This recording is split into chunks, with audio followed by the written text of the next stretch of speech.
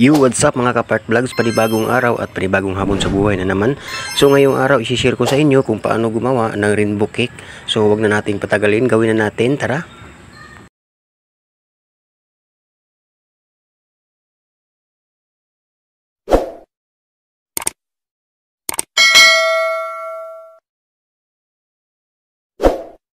So yan ang mga ingredients natin gagamitin mga idol.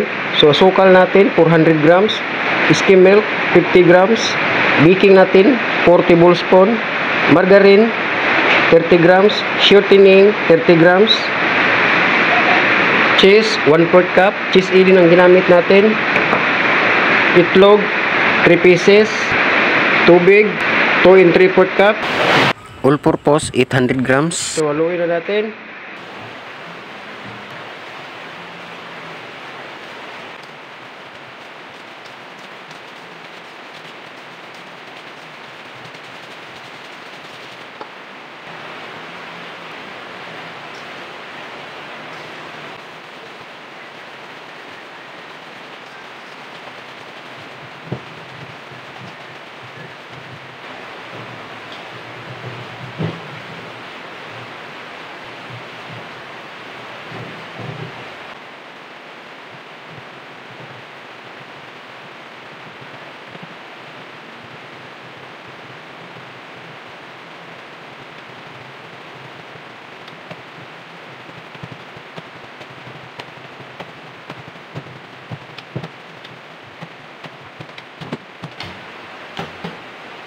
Ilagay na natin ang ating cheese at haluin ulit.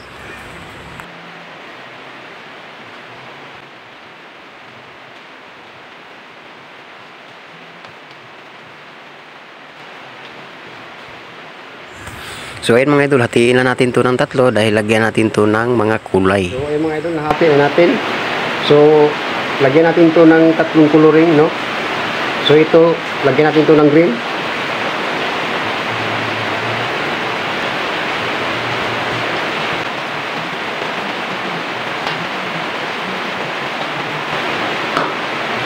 So ayan mga idol, bali tatlong kulay po ito.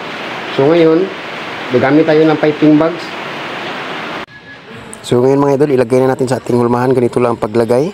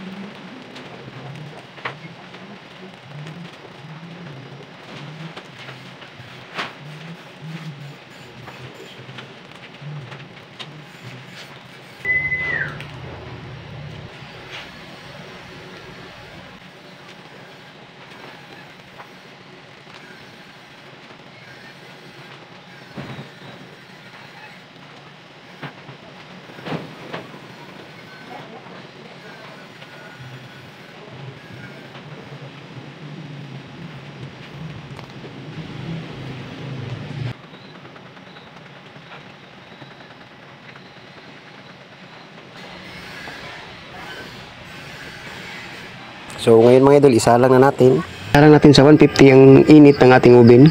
Ganyan kalakas ang ating apoy. So ayun mga idol, luto na. So hainin na natin to. So ayun mga idol, nahain na natin at nakuha na natin sa ilanera. So palamigin na natin bago natin i-icingan. So ayun mga idol, lumamig na siya. So hatiin muna natin bago natin i-icingan.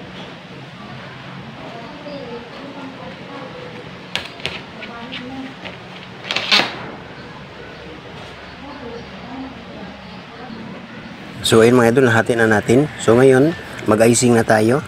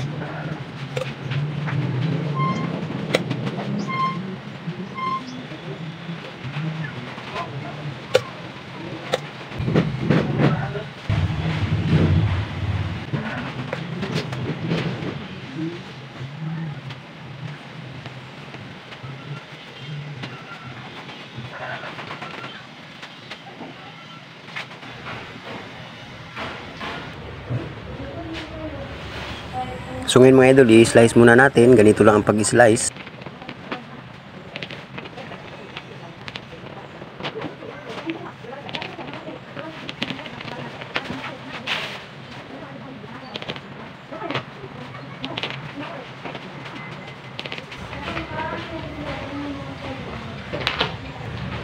Ayan po.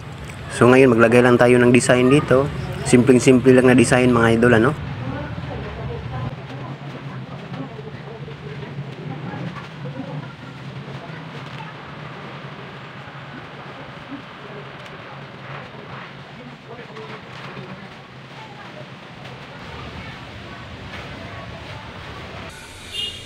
So ayun mga idol, tapos na po. Ito po ang ating finished products. So hanggang dito na lang ang video nito. Sana'y nagustuhan nyo at sana'y may natutunan kayo. God bless po sa ating lahat and happy baking.